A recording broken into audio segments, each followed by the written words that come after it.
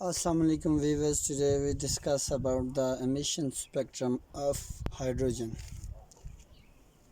हमने ये देखना है कि जो हाइड्रोजन है, हाइड्रोजन का स्पेक्ट्रम हमें कैसे मिलता है और किस तरह का हाइड्रोजन का स्पेक्ट्रम होता है।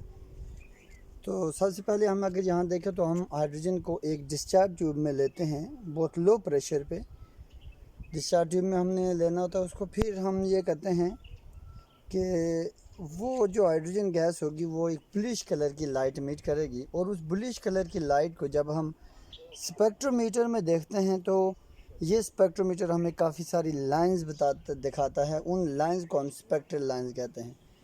और वो जो स्पेक्ट्रल लाइंस हैं हाइड्रोजन के लिए, उन स्पेक्ट्रल लाइंस को 5 सीरीज़ में डिवाइड किया गया है। लाइमन सीरीज़ जो हमें यूवी रीजन में मिलती हैं, हमारे पास बाल्मर सीरीज़ हैं, ये विजिबल रीजन में मिलती हैं। और इस बाल्मर सीरीज़ को आगे जो है एक जो है स्पेसिफिक नेम दिए गए हैं, आगे एच अल्फ़ा एच बीटा। और फिर हमारे पास आ जाती हैं Paschen series. Paschen series IR region में मौजूद होती हैं।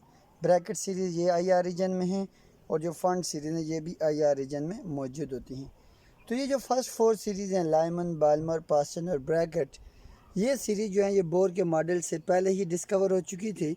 और ये जो है इनकी वेव नंबर जो है स्पेक्ट्रल लाइंस की हम अगर देखें, जो इनकी वेव नंबर है, ये जो डिफरेंट स्पेक्ट्रल लाइंस हैं, तो हम कहते हैं वेव नंबर जो होती हैं they decrease from Lyman to Pfund series.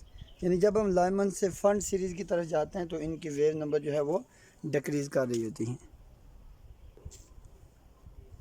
Okay, अभी हमने देखना है origin of hydrogen spectrum on the basis of Bohr's model.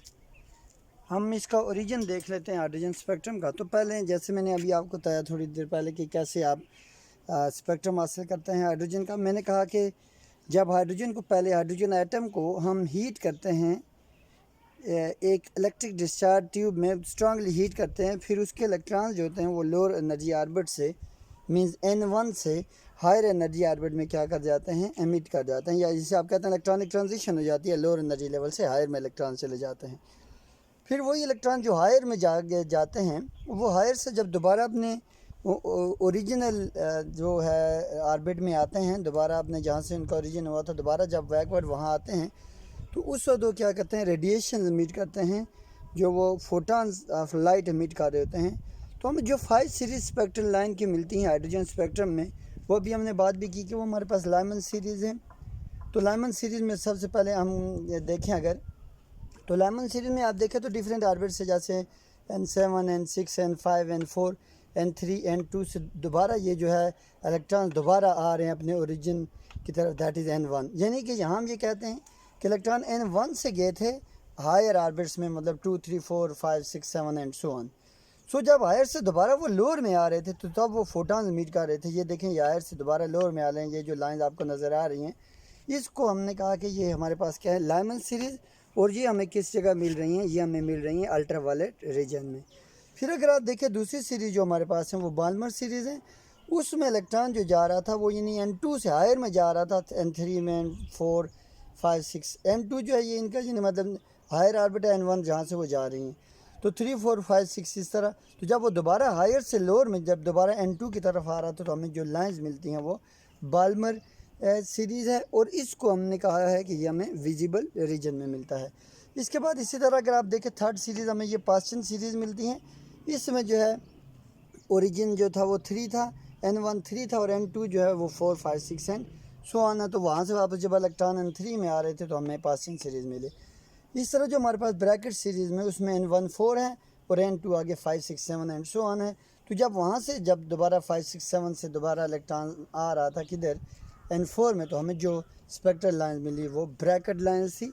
और हम कहते हैं ये जो हमारे पास है यानी बाल्मर हो गई, पास्टन हो गई, ये ब्रैकेट हो गई, ये हम कहते हैं कि ये जो है बाल्मर हमने कहा विजिबल रीजन में है, और पास्टन और ब्रैकेट जो है ये इंफ्रारेड रीजन में है।